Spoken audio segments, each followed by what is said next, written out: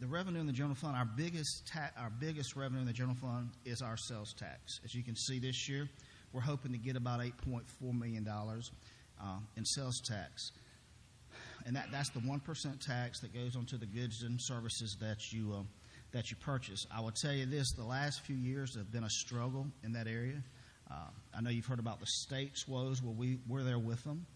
For about the first 2 years of the economic downturn, we were moving along fairly well, and about 2 years ago, it began to affect us. Granted, we're in much better shape than a lot of our sister communities, but the last 2 years have really been tough for us as far as sales tax. We've seen it go. Last year, we were back to like 2006, 2004 collection rates in some months. So that's been tough to kind of hit for us.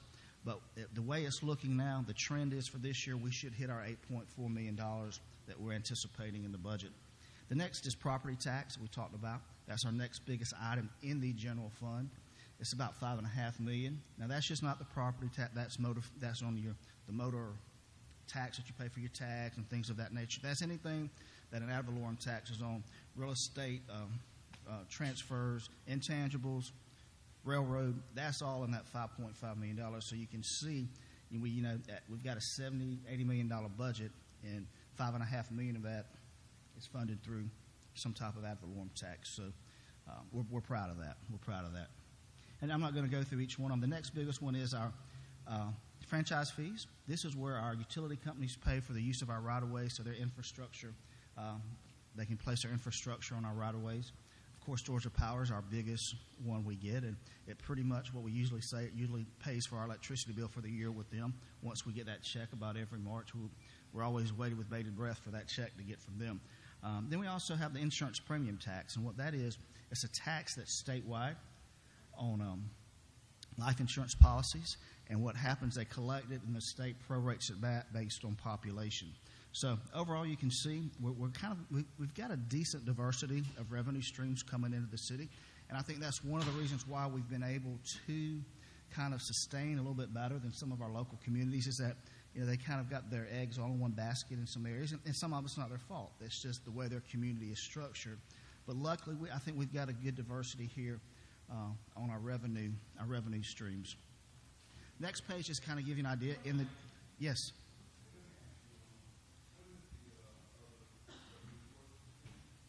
Other may just be some miscellaneous deals, like, for example, some buildings we own we may lease or rent. It's rental income, things of that nature.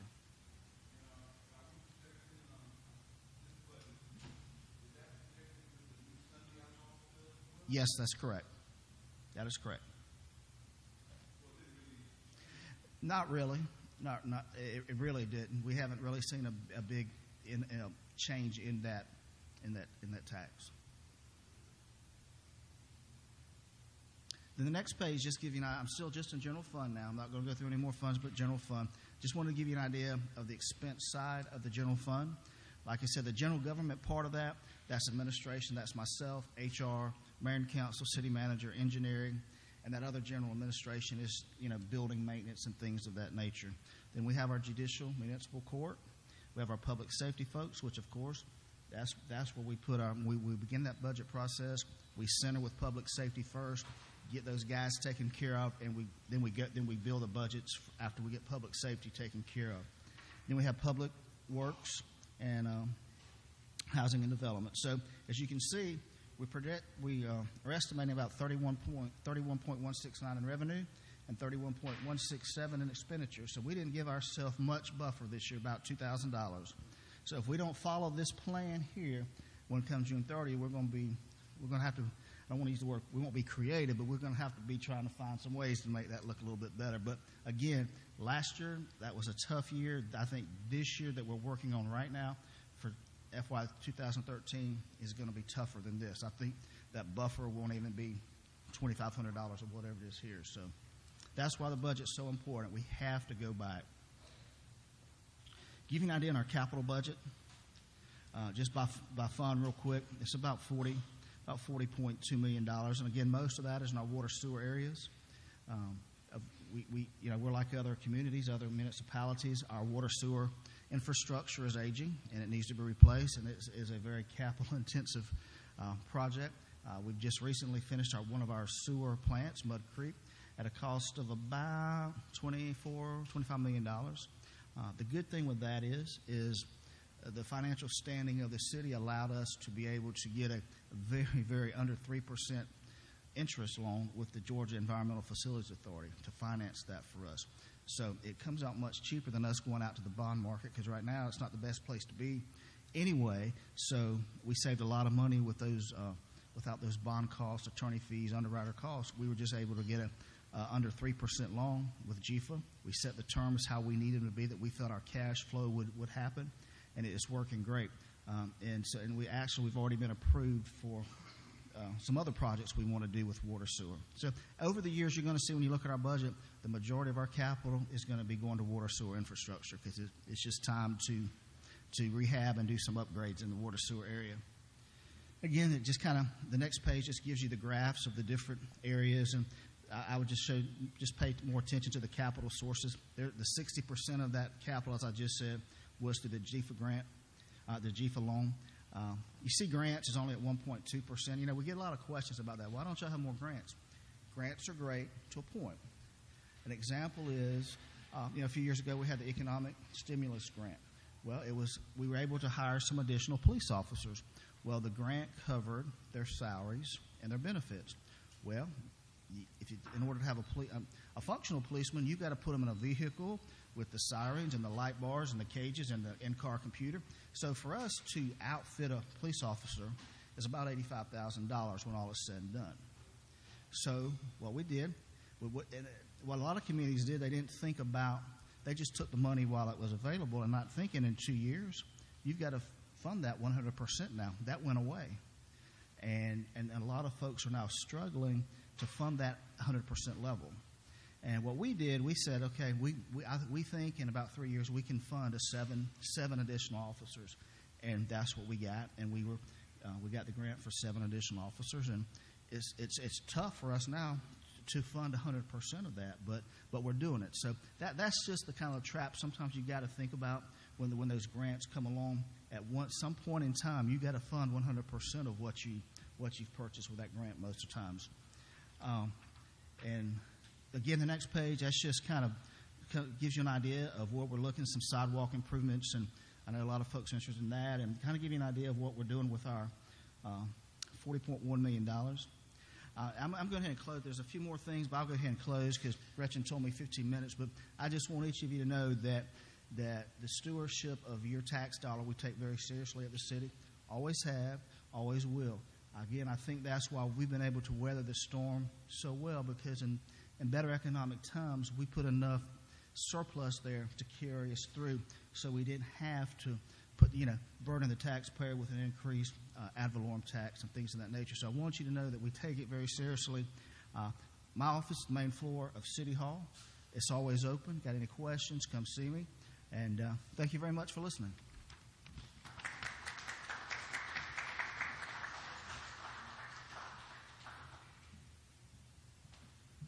We've got time for a question or two. Elliot?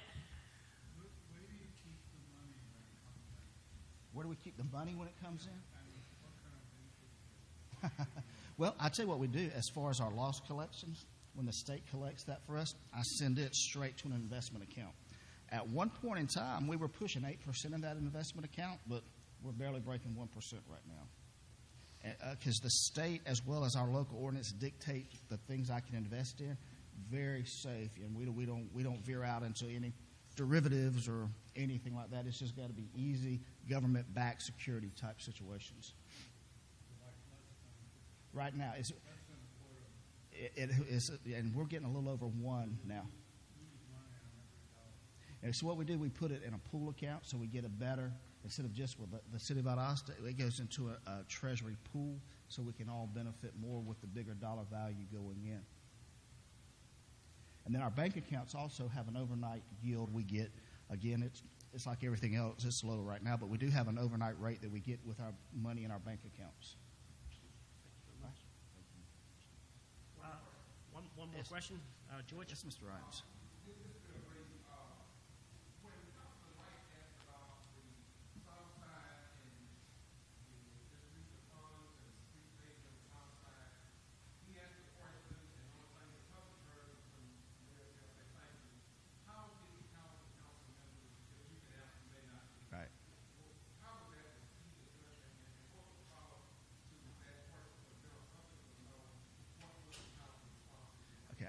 think what you're speaking of is the expenditures per district and what we're doing with that. I'm glad you brought that. That's a really good. We have a new software in that we've had the last couple of years. It's a very robust software system. We can track all these expenditures by district now. So that's what we're going back and doing now, is tracking those type of capital expenditures and anything else any council member may want by district. So that's what I'm doing in response to that.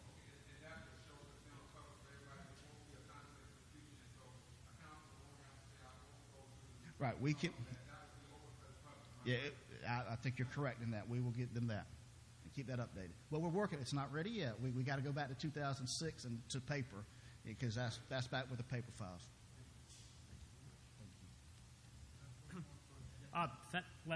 We've got to move on because we've got a pretty packed agendas. Again, let's thank Mark Barber for the great work that he does for the city of Valdosta.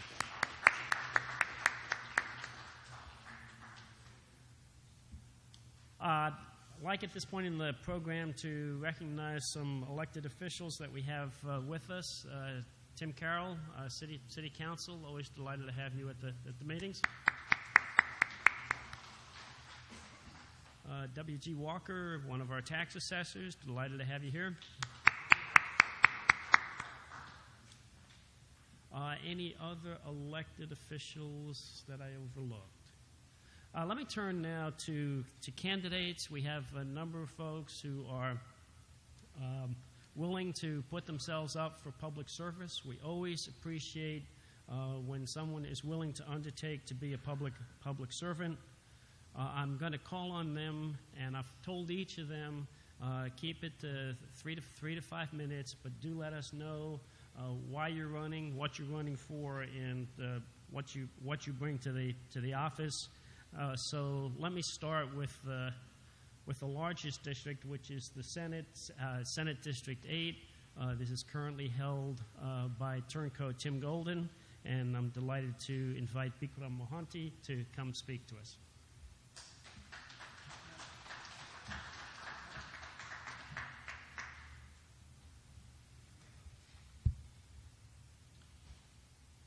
Thank you very much, Dennis. My dear friends, supporters, and my dearest family, this is a time in Georgia when unemployment has taken center stage. The state budget is overwhelmed by Medicaid spending. The Hope Scholarship, as you know, the scholarship program that provides scholarship for all the kids to go to college, is being whittled down to nothing and pretty soon will vanish altogether. These problems are easily understood and are very close to the hearts of many Georgians. Something else has become very prominent lately, and that is political extremism. And it has become very, very prominent in Georgia. Much of what we see happening in the state legislation is because of powerful, influential, long-term incumbents are passing any law that they think will help them keep their jobs and remain in the office. I don't think most of us average folks have the desire or time to understand the complicated legislation that's going in the Georgia Dome. I truly believe most of the legislation coming out of the Atlanta lately is designed to fragment Georgians emotionally and keep them from being united. After talking to my family, friends, and supporters, I have decided to announce my candidacy for Georgia Senate District 8. As you all know, Senate District 8, which includes Lowndes, Brooks, part of Thomas County, and part of Cook County. I am a father, a husband, an occupational therapist, and a small business owner, and above all, an American. I welcome and encourage all of you to review my record of job creation, my record as a consensus builder, on the issues I have been fighting for. I came to America with a $50 in my pocket. Today, I'm proud to say that in the last decade, I have created annually between 15 and 45 full-time jobs, and thankfully have held on to those jobs only by maintaining a mindset of reconciliation. And because in my heart, I have a strong desire to achieve the American dream and to help others to do the same. Let me get straight to the point of why I'm running for this office. What can I do that already has not been done, or at least has not been promised? I am not running to solve every problem. I don't think anyone can solve every problem. That will be very misleading. I am primarily running on 3 issues. Number 1, balancing the Medicaid budget by sponsoring and advocating for policies that shifts the focus towards disease prevention. We always intervene on disease. We do not prevent on disease. So if I'm interested and given the opportunity, I will work very hard to create policies and shift focus towards disease prevention. Number 2, finding a long-term solution that will guarantee the survival of Hope Scholarship by reinstating the household income cap. Just to remind all of you, there was an income cap when the Hope Scholarship first started under Governor Jell Miller. Number 3, finding a solution that will allow farmers and those in construction industry to hire the laborers they need to strengthen their business, which has been very, very devastated by the unprecedented and frankly immature legislation passed in 2011. Friends, without a doubt, the very fabric that binds all Americans together is being torn apart by political extremism. No doubt about it. Tonight, I am promising that I will avoid political extremism at all costs and work hard to gain the trust, confidence, and mutual respect of the other side of the aisle. That doesn't mean giving up on fundamental ideologies, especially when it comes to the economic policies and job creation. I am also promising tonight that if I get elected, I will not accept any gifts whatsoever. I will not wine or dine or travel at the expense of lobbyists. I repeat, I will not accept any gifts whatsoever, will not wine or dine, will not travel at their expense. This is a personal promise to all of you today. I'll meet with them. Don't get me wrong. I'll meet with them. We'll be glad to speak and listen to all they have to say and recommend. And a glass of water will just be fine for that. This is my number 1 promise. May God bless you, and God bless America.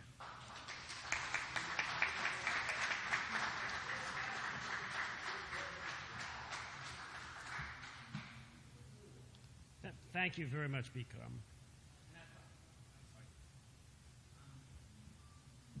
And during this, Matt Sommerfeld is assisting to manage my campaign. So if anybody that would wish to help volunteer for the campaign, I'll be very grateful for that. Thank you very much. Thank you. Let me now turn to the Georgia House, District 175, and call on J.C. Cunningham. J.C.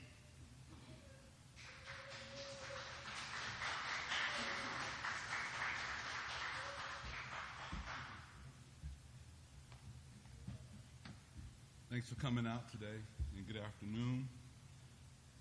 I'm glad to be here because I'm so glad to get this race started. It's time for us to get some enthusiasm back into the Democratic Party, so I'm really glad to be here tonight.